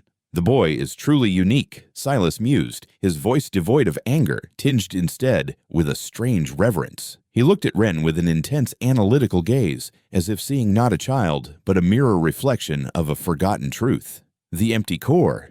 I had only hoped to find a remnant of its power, never a living embodiment." Ren realized then that Silas's understanding of the empty core, however fragmented, surpassed even the current knowledge of the High Council of Mages. He was privy to truths that were considered myth. "You seek to harness the abyss," Ren accused, his voice firm. You're trying to open a larger abyss gate. You're endangering Eldoria." Silas let out a bitter, humorless laugh. "Endangering Eldoria? Eldoria is already doomed, boy. It is a fragile, flawed construct, constantly teetering on the brink of collapse. Its mana system is a cage, limiting our true potential. I have seen its flaws, its inherent weaknesses, its inevitable destruction." His words were filled with a profound despair, a cynicism born from deep-seated trauma. He stepped closer, his voice dropping, filled with a chilling conviction. "I believe the abyss is the only path to true power." He raised his staff, its dark energy swirling. "It is chaos, yes, but from chaos, true strength is forged. This world, this stagnant society, needs to be purged, reformed in the crucible of the abyss to truly reach its potential. Only then can we survive the ultimate universal truth of existence, that power, absolute power, is the only means of survival." Ren sensed a profound sadness beneath Silas's fanaticism. This wasn't a man driven by simple greed. This was a man broken by loss, twisted by a perverse philosophy. "What caused this disillusionment, Professor?" Ren asked, his mind searching through the fragmented memories from the Academy archives, the forgotten incidents, the unexplainable disasters. Silas's eyes, burning with dark conviction, finally softened, a flicker of raw pain visible within their depths. "My apprentice, my dear Ilara, she possessed a rare, profound talent, a unique connection to mana, even greater than yours, perhaps." He paused, his voice thick with grief. "But she was unstable. Her mana core was too volatile, too powerful. She sought to control it, to push beyond the limits of conventional arcane arts. She believed in transcending, but the Academy, they dismissed her struggles. They saw her power as a flaw, a danger to their rigid system. They offered no true guidance." Ren's mind clicked into place. The mana cascade of the Silverwood Glade, a catastrophic historical magical event recorded as an inexplicable localized phenomenon, a massive, uncontrolled surge of mana that had devastated an entire forest, creating a permanent zone of chaotic energy. The Academy had deemed it an unavoidable natural disaster. It was during her attempts to control her burgeoning power, Silas continued, his voice trembling, to reach for what she felt was her true potential, that her core spiraled out of control. It wasn't a conventional explosion, it was a singular implosion, a distortion of mana that ripped her very essence apart, consuming her, leaving nothing but an empty shell and a blighted land. An uncontrolled empty core user, Ren realized with a chilling certainty. Ilara wasn't just a powerful mage, she was another instance of his unique physiology, another tragic outcome of uncontrolled power. Silas, in his grief and despair, had witnessed the chaotic, destructive manifestation of an empty core firsthand, without understanding its true nature. He had seen it as an inherent flaw in Eldoria's magic, a weakness that could only be overcome by embracing the ultimate chaos of the abyss, by forcing power through any means necessary. He believed he was finding a solution, a path to true strength, but he was merely repeating a tragic cycle, unknowingly becoming a pawn for the very forces that had consumed his apprentice. "You seek to weaponize the very thing that destroyed her," Ren stated, his voice now imbued with a profound sadness. "The abyss offers power, yes, but it is a corrosive, consuming power. It does not empower, it devours. You are not strengthening Eldoria. You are ushering in its final destruction." Silas's eyes narrowed, the flicker of pain replaced by cold defiance. "You speak of childish ideals. I speak of survival. This world needs a true force, not fragile mages clinging to outdated dogma. My experiments, my research, they will harness the abyss, not be consumed by it. I will control it." He raised his staff, a surge of dark energy coalescing around its tip. "And you, boy, with your raw, untamed power, are either a key to my ultimate vision or an obstacle to be removed." The chamber bristled with tension. Ren knew the truth. Silas was a formidable opponent, his disillusionment making him incredibly dangerous, his understanding of the abyss, however twisted, making his magic potent and insidious. But Ren had something Silas didn't: the guidance of Elder Lyra, the knowledge of the empty core's true purpose as a counterforce, and the absolute control he had painstakingly cultivated. He was not just a channel for chaos, he was its master, its purveyor of order. This was not merely a fight for survival, it was a confrontation of ideologies, a clash between despair and hope, between control, born of destruction, and mastery born of understanding. Ren, the Zero Mana student who was anything but, stood ready to confront the corrupted master, to dismantle the conspiracy from its core, and to prevent Ethel from unknowingly embracing its own annihilation. The future of Eldoria hinged on this battle, a silent war waged against a hidden enemy, whose true power lay not just in magic, but in the despair of a broken heart.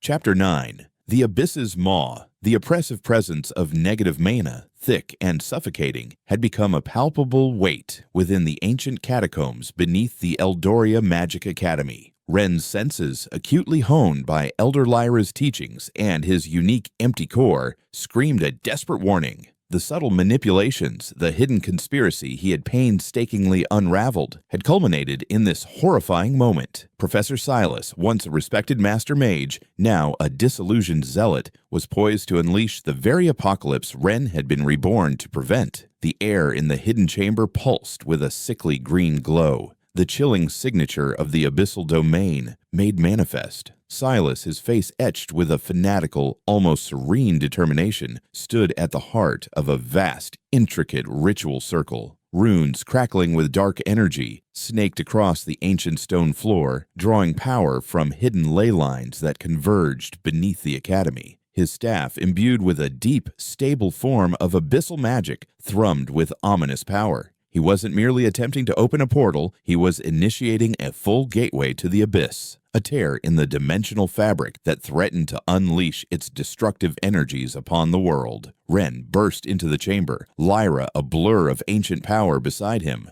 Behind them, a few trusted allies drawn by the Academy's growing magical instability and Ren's unspoken call entered cautiously. They were a small, desperate group against a force that threatened to unravel reality itself. Among them was Seraphina, her usual aristocratic arrogance replaced by grim determination, her emerald eyes reflecting the chilling green glow of the ritual. And Ryan, the quiet commoner, his analytical mind already dissecting the chaotic energies, understanding the immense peril they faced. Silas, stop this madness. Lyra's voice, usually a soft mental resonance, now boomed, echoing with raw arcane power, her sapphire eyes blazing with fierce urgency. She extended a hand, preparing a powerful containment spell, a complex etheric ward designed to seal planar breaches. Silas merely turned, a faint chilling smile on his lips.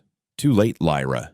The process is irreversible. This world is flawed. It needs to be cleansed in the fires of chaos. Only then can true power emerge. His words resonated with a twisted philosophy, a deep-seated belief born from the past tragedy of the uncontrolled empty core user, Ilara. He saw destruction not as an end, but as a necessary catalyst for a new, stronger beginning, oblivious to the fact that he was merely a pawn in a far grander, more malevolent game orchestrated by the Demon Lord's remnants. The ritual circle pulsed violently, the mana ley lines beneath the academy screaming as their energy was forcibly twisted, corrupted, and funneled toward the growing tier. The air grew impossibly cold, the very stone beginning to crack and bleed negative mana. A vast, swirling vortex of pure darkness began to coalesce above the ritual circle, a maw opening to a dimension of pure malice. The Abyss's maw was forming.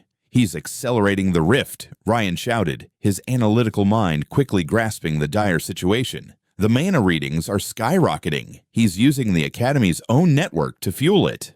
His face was pale, but his voice held a desperate clarity.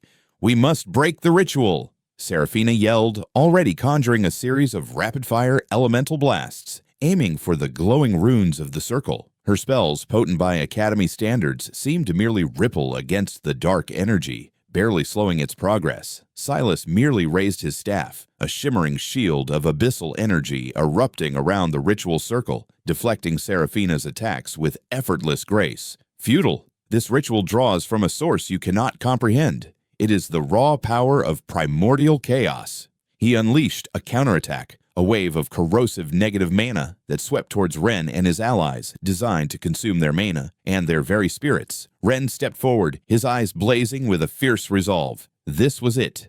The true confrontation, the culmination of his journey. He wouldn't let Eldoria fall. He would not let his regression be for nothing. He channeled his empty core, his unique physiology instinctively drawing in the approaching wave of negative mana. He didn't just absorb it, he actively consumed its chaotic essence, feeling the familiar, glorious agony of its conversion into pure ether within him. The power surged, overwhelming, yet perfectly controlled. He launched his counterattack. Not a spell from the Academy, not even an ancient skill he had merely awakened. This was something forged from his full understanding, a technique uniquely his own, born from the culmination of Lyra's unorthodox tutelage. He unleashed a focused blast of purifying ether, a concentrated beam of pure energy, precisely targeting Silas's corrupted staff. The blast shimmered with a radiant golden light, the essence of converted negative mana, a perfect counter to Silas's destructive power. Silas roared, a sound of surprise and pain as the purifying ether slammed into his staff. The abyssal energy around it shrieked, struggling against the foreign cleansing force. His shield flickered, briefly faltered. Ren wasn't just countering his magic, he was directly challenging the very source of its power. Lyra seized the opening. With a swift, powerful gesture, she unleashed her etheric containment chains, ancient spells of pure binding energy, wrapping them around the glowing runes of the ritual circle. The chains hummed, struggling to hold back the surging abyssal power, forcing the ritual to momentarily stall. The mana is destabilizing. His empty core is disrupting the ritual's flow, she shouted, her voice strained. The chamber shook violently. The vortex above the ritual circle pulsed erratically, the maw of the abyss snarling, fighting against Lyra's containment. Silas, his face contorted in a mix of fury and disbelief, pushed back with all his might, drawing immense power from the nascent abyss gate. You cannot stop me. Eldoria's destiny is written. Ren knew this was the ultimate test. He had to fully embrace his empty core, to channel raw, untamed magic in ways no one had ever witnessed. His very being was a conduit, a living bridge between the chaotic potential of the abyss and the pure essence of Eldoria's ether. He had learned to consume distortions, to rewrite magical phenomena. Now he had to apply that on a grander scale. He focused on the growing abyss's maw, on the very fabric of the dimensional tear. He felt its chaotic energy, its destructive intent. He didn't try to close it by force. Instead, he channeled the immense purified energy from his empty core, now overflowing with absorbed negative mana, and began to reverse its polarity. He was not merely sealing the gate, he was fundamentally restructuring the dimensional rift itself, trying to force it to repel abyssal energy rather than draw it in. It was an act of profound cosmic-scale magical engineering, a subtle rewrite of reality at its most vulnerable point. A blinding light erupted from Ren, not mana, but pure, unquantifiable energy. His eyes glowed with an ethereal blue, his body radiating with a power that vibrated through the very catacombs. He felt the overwhelming pressure of two dimensions colliding, of reality itself protesting his impossible feat. The raw, untamed magic surged through him, threatening to tear his small body apart. It was like holding a collapsing star, its destructive power harnessed, molded by his unwavering will. Silas screamed, not in pain, but in sheer terror and disbelief. What is this? This is not mana. You are. A breach. An anomaly that consumes creation. He felt his ritual unraveling, the very energy he sought to control turning against him. The abyss's maw above him writhed, not in acceptance, but in violent rejection, as if a foreign, purifying element was being forced into its corrupted essence. The climactic battle wasn't just between spells, it was a clash of wills, of fundamental magical principles. Ren channeling the primal chaos of the abyss through the filter of his empty core, twisting it, purifying it, and then unleashing it as a force of absolute order. He was a living paradox, turning the enemy's strength into his own weapon. He directed blasts of ordered chaos, concentrated surges of counter energy that systematically destabilized Silas's spells, causing them to dissipate into harmless wisps of smoke. "The ritual is breaking," Seraphina shouted, her eyes wide as she saw the furious struggle between Silas and Ren, a struggle that transcended anything she had ever witnessed. The runes on the floor began to crack, mana spewing from them in uncontrolled bursts. With one final monumental push, Ren poured all his transformed energy into the dimensional rift. The abyss's maw, instead of opening further, began to convulse, shrinking violently, its dark edges fraying, turning in on itself. The demonic energy in the chamber shrieked, a sound of pure agony as its connection to Eldoria was brutally severed. Silas let out a desperate guttural cry, his body beginning to distort, consumed by the backlash of his own failed ritual. He had sought to control the abyss, but Ren, the true master of chaos, had turned it against him.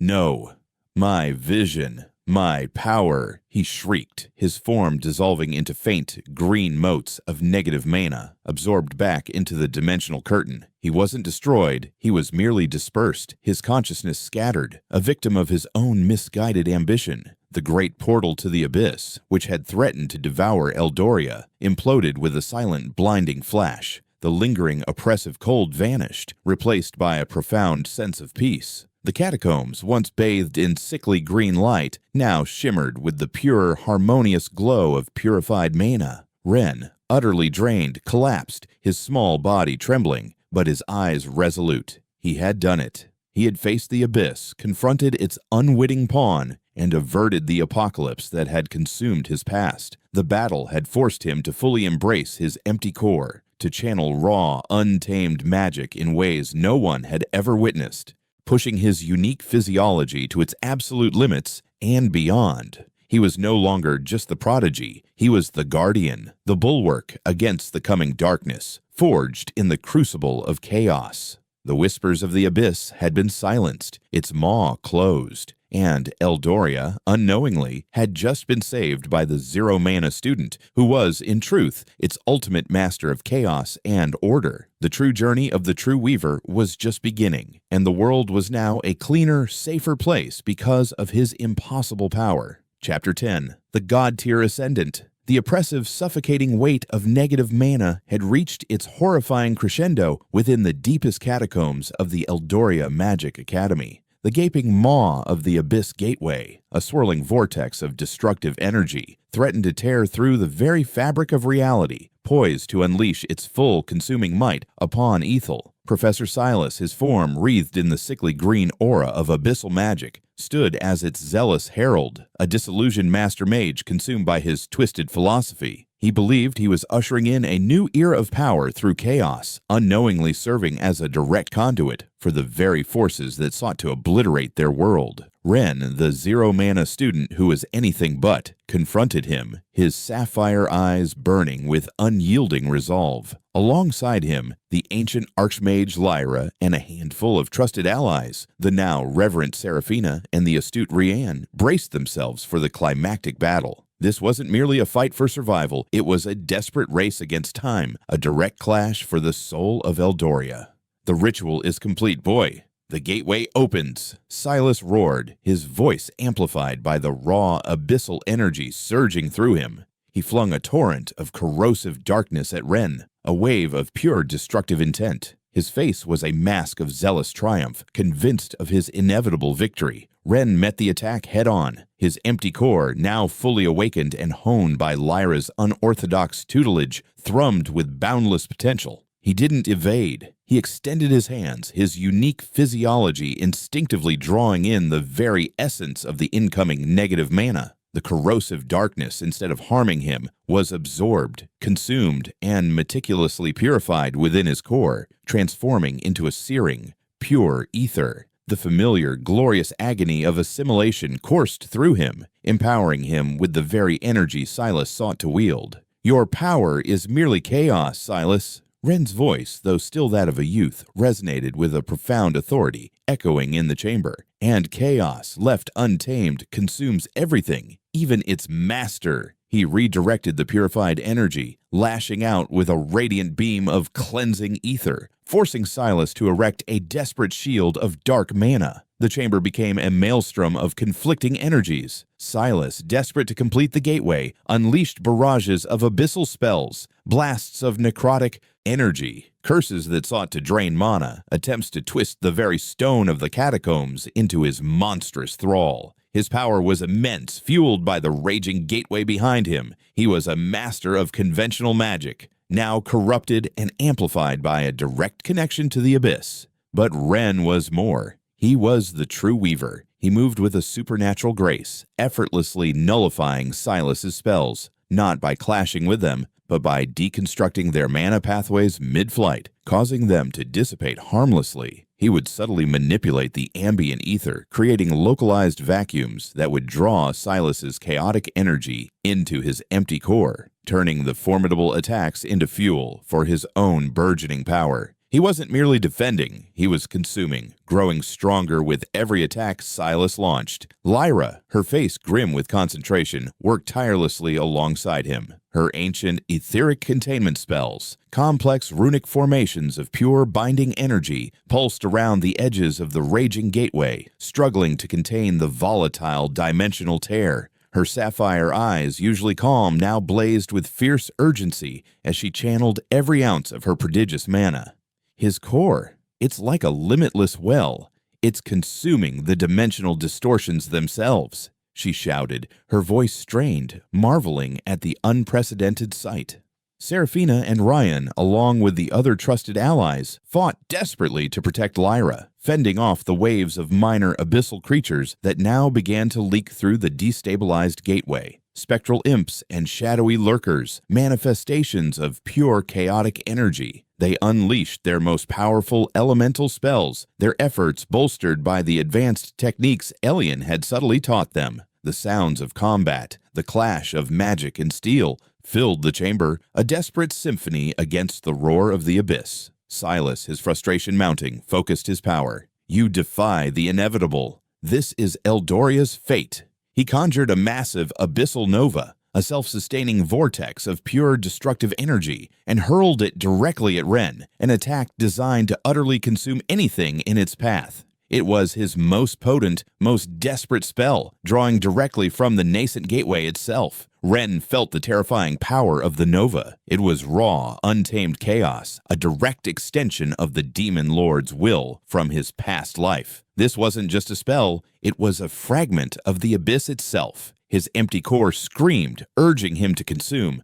to devour this immense surge of negative mana. But he knew pure consumption alone might not be enough. This required more than just power. It required absolute mastery. He took a deep breath, his mind clearing, his focus absolute. He looked at the raging abyss gateway behind Silas, its maw widening, threatening to swallow Eldoria whole. He looked at the destructive nova hurtling towards him. He looked at his own hands, now glowing with an ethereal, multi-hued light, the pure, untamed essence of his empty core, merging with the profound understanding of ancient skills Lyra had unlocked within him. This isn't just about winning, Silas, Ren thought, his will a diamond against the crushing pressure. It's about controlling. It's about healing. It's about stopping the cycle. He was not merely a consumer of distortions, he was a master of etheric recalibration. He fully embraced his empty core. He didn't just absorb the nova, he allowed its raw, untamed, chaotic energies to flow through him, becoming a living conduit between the abyss and Eldoria. He simultaneously channeled the immense power of the raging abyss gateway itself, pulling its vast destructive energies into his core. It was a terrifying, almost suicidal act, like trying to funnel a tidal wave through a single pipe. His body strained, every cell screaming in protest, threatening to rupture from the sheer force. But his will, tempered by years of hidden training and the desperate knowledge of a past apocalypse, held firm. He felt the essence of the abyss, its destructive intent, its primordial chaos, overwhelming him. But within the eye of that storm, he maintained absolute control. He wasn't consumed, he was transforming. He didn't just purify the chaotic energies, he began to restructure them. He initiated a direct, fundamental rewriting of the very fabric of the Abyss Gateway. He forced the gateway to stabilize, not by sealing it shut, but by changing its inherent properties. He manipulated its dimensional parameters, forcing it to cease its destructive pull and instead to become a controlled, regulated conduit for harmless ambient ether, slowly siphoning off residual negative mana from Eldoria itself and releasing it back into the abyss in a neutralized form. It was an act of cosmic-scale magical alchemy, turning a weapon of destruction into a tool of environmental cleansing. He was not just battling, he was repurposing reality. Silas watched, his eyes wide with horror as his ultimate weapon, the Abyssal Nova, dissolved into harmless tendrils of smoke around Ren. Then he saw the Abyss Gateway, his life's work, his source of power, begin to shimmer, its terrifying maw shrinking, not closing, but fundamentally changing its nature. "No, my gate, my power," he shrieked, a sound of utter despair. You are a monster. You are the true chaos." Ren focused one final devastating surge of purified energy, not as an attack, but as an act of profound nullification targeting Silas's corrupted staff. The staff exploded in a shower of dark, chaotic mana, its connection to the abyss severed. Silas himself spasmed, his form convulsing as the backlash of his own failed ritual, the immense abyssal energy he had drawn, now devoid of its conduit and unable to be consumed by Ren, violently tore through him. He screamed, his body flickering, disintegrating not into ash but into wisps of unformed negative mana, dissipating into nothingness. He was utterly unmade, his soul scattered, his existence erased, the chamber filled with a blinding, pure light emanating from Ren himself before settling into a profound, vibrant calm. The chilling, oppressive presence vanished completely. The air, once thick with fear, now hummed with a renewed, harmonious flow of mana. The Abyss Gateway, now a stable, shimmering curtain of harmless, purified energy, no longer threatened Eldoria. Ren stood, his body radiating with an unprecedented power, light years beyond any conventional magic. His sapphire eyes pulsed with a deep, cosmic glow, reflecting the profound transformation he had undergone. His empty core, having consumed and repurposed the raw chaos of the abyss, had elevated his magical prowess to an unprecedented, god-tier level. He was a living paradox, a testament to turning ultimate weakness, his initial mana-less state, into ultimate strength. He had not just defeated an enemy, he had fundamentally redefined the capabilities of magic in Eldoria. He was no longer the Academy's weakest student. He was its greatest protector, a living embodiment of balance, a bridge between pure creation and destructive chaos. He felt the vast expanse of Eldoria's mana network within him,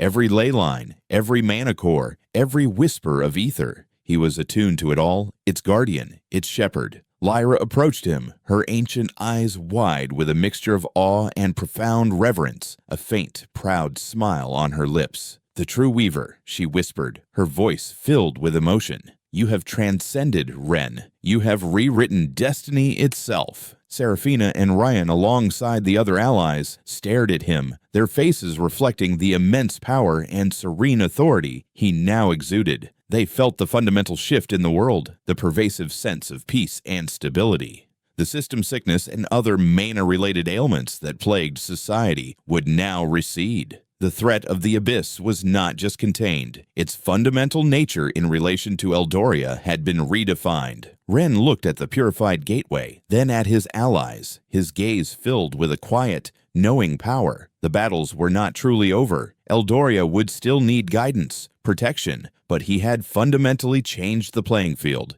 He had shown them that true strength lay not in raw power, but in understanding, in balance, in transforming weakness into something extraordinary. He had forever changed the world of magic, ushering in a new era where the impossible had become reality. The zero-mana student had ascended, becoming the god-tier ascendant, the ultimate guardian of Eldoria's future. And his legacy, forged in chaos and perfected through understanding, had only just begun.